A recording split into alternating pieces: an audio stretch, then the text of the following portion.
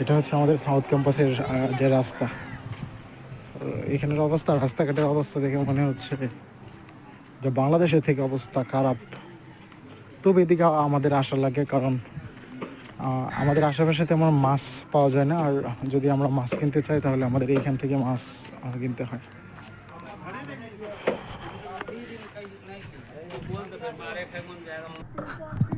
আর এখানে এত পরিমাণ ফড়িং, মনে হচ্ছে এখানে ফড়িং চাষ করা হয়, মানে প্রচুর পরিমাণে। আপনার হচ্ছে এখানকার রাস্তার অবস্থা। কি মাছ? মাছ কই রাখছে?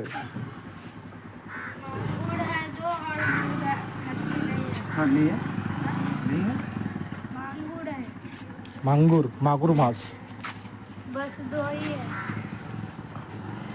ভাই মাগুর মাছে কিন্তু অনেক কষ্ট। দেখো এখন মাগুর মাছ আমি বেশি একটা খাই না, তারপরেও দেখো মাগুর মাছ খাইতো তোমার ওই যে নীরবে প্রচুর পরিমাণ মাগুর মাছ খাইতো।